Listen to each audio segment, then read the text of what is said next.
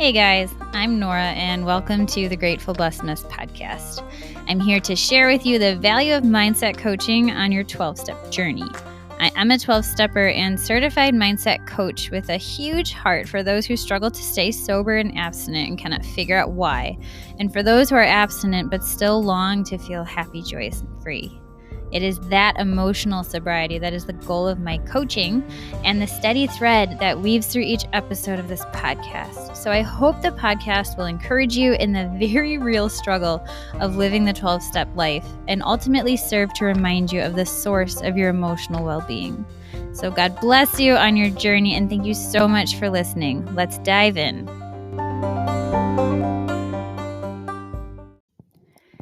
Hey everybody, we are going to read the reflection from A Day at a Time, January 23rd, because that is my birthday and that is today. So here we go.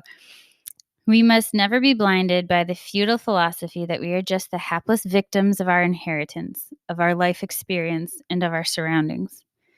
That these are the sole forces that make our decisions for us. This is not the road to freedom. We have to believe that we can really choose. As an addictive person, we lost our ability to choose whether we would pursue our addictions. Yet, we finally did make choices that brought about our recovery. Do I believe that in becoming willing, I have made the best of all choices? Today I pray, may I shed the idea that I am the world's victim, an unfortunate creature caught in a web of circumstance, inferring that others ought to make it up to me because I have been given a bad deal on this earth. We are always given choices. May my higher power help me to choose wisely. Today, I will remember, my higher power is not a puppeteer. Oh, my heart is like breaking and exploding to do this justice. That we are not victims. I think so many of us who find ourselves in the 12 steps have been perhaps real true victims to horrible things, but that still doesn't make our happiness and freedom something that is outside of our grasp. And I think that's very important to distinguish. And so here what they are talking about here is that if we are saying that we cannot be free because of our surroundings, our life experience, our inheritance, then there is something amiss. And so in becoming willing, we did. So there's a thing here. Okay, so as human beings, we have the power of, there's different ways to phrase this, but like personal agency, the ability to choose, the power of our will, free will. There's lots of different ways to say it, but you are the only one who can choose what you do. You are the only one who can choose to do what you do with yourself. Okay? And this is imperative. That's why each person is a self-determining human. You know, that's why there's just a lot of philosophy and theology wrapped around in that.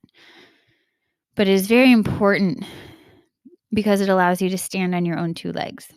And when we are in addiction, or when we are a hapless victim of circumstance, all of a sudden, nothing's my fault because this just happened to me. And if nothing's my fault, then I don't have to do anything about it. And isn't that the best get out of jail free card? And I say this because in my own journey, in the last few years, I've referenced this before, the Metanoia Catholic Journal. They have this journal that takes you through the model. It takes you through they call it the reason cycle. It takes a thought through reason. It takes a life experience, something that happens to you, and it helps you get to the thought and the emotion, the actions, and then put all that through the light of truth and let you know, is this useful? Is this helping me? Is this hurting me? Do I want to keep or discard this? And what does the Lord have to say about it?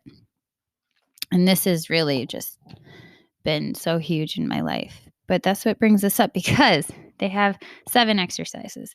And in their 6th exercise, I kept noticing myself. It's where you finally name your character defects, basically. And I kept naming, like, sloth. I kept seeing sloth come up. Abdicating my free will over to someone, and feeling powerless and feeling like a victim. And I saw it come up so much that I was like, son of a nutcracker, this is annoying. This is obnoxious. I don't want to I don't want to be a victim. So I was like, okay, I've also realized that, I think St. Thomas Aquinas always said this, that we always choose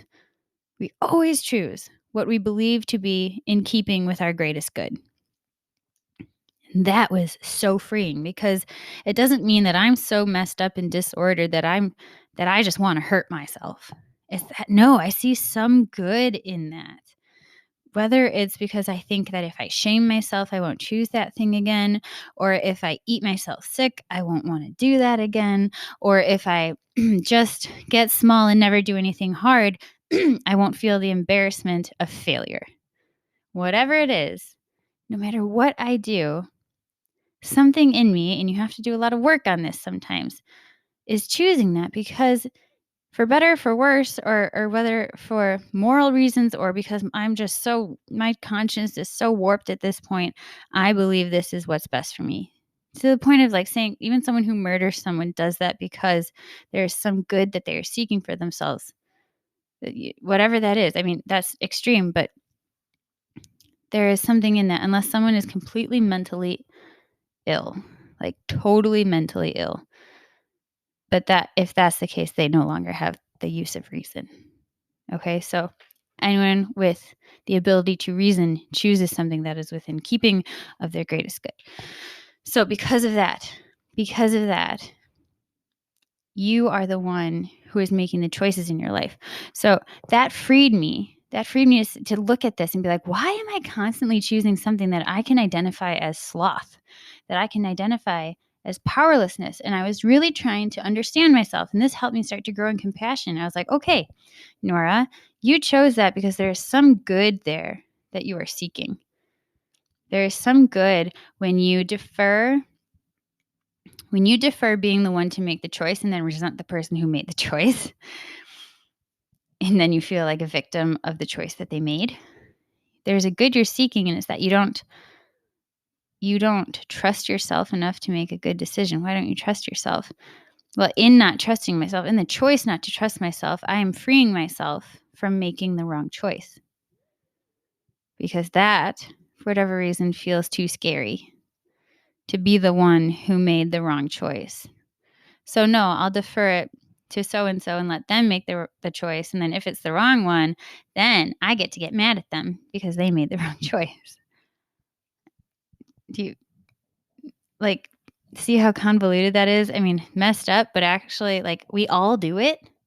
We all do it. And it is this habit of being like, oh my gosh, that's too scary.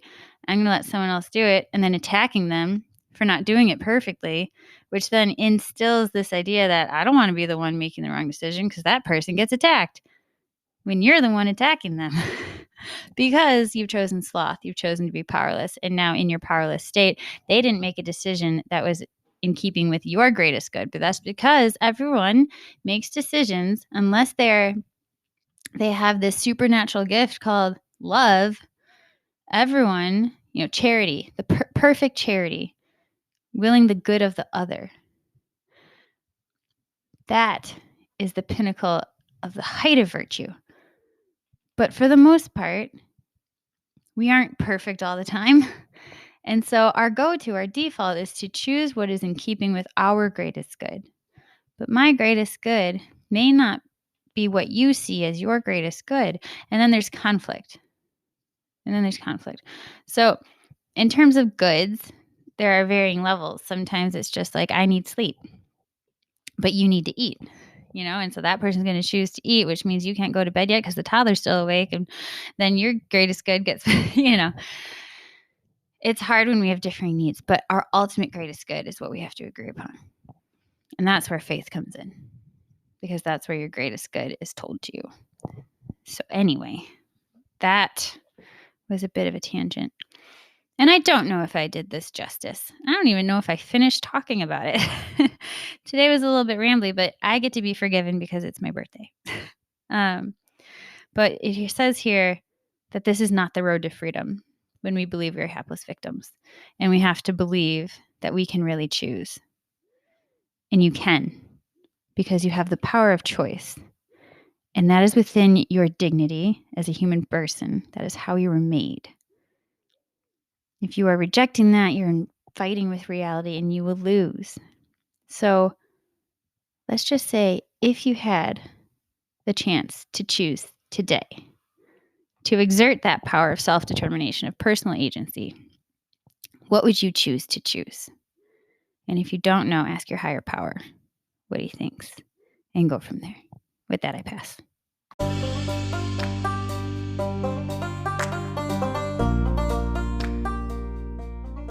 Thank you so much for listening to today's episode. If you feel that mindset coaching could help you on your 12-step journey, please feel free to reach out and find me at catholicmindsetcoaching.com. This is not a replacement for 12-step work. This is something outside of the 12 steps. It is simply something that has a heart for the 12 steps and those who are in it. And so, welcome. If you're here, chances are you may also be a bit of a mess. And I hope that you can learn to find some gratitude in the blessings that have come from your messes.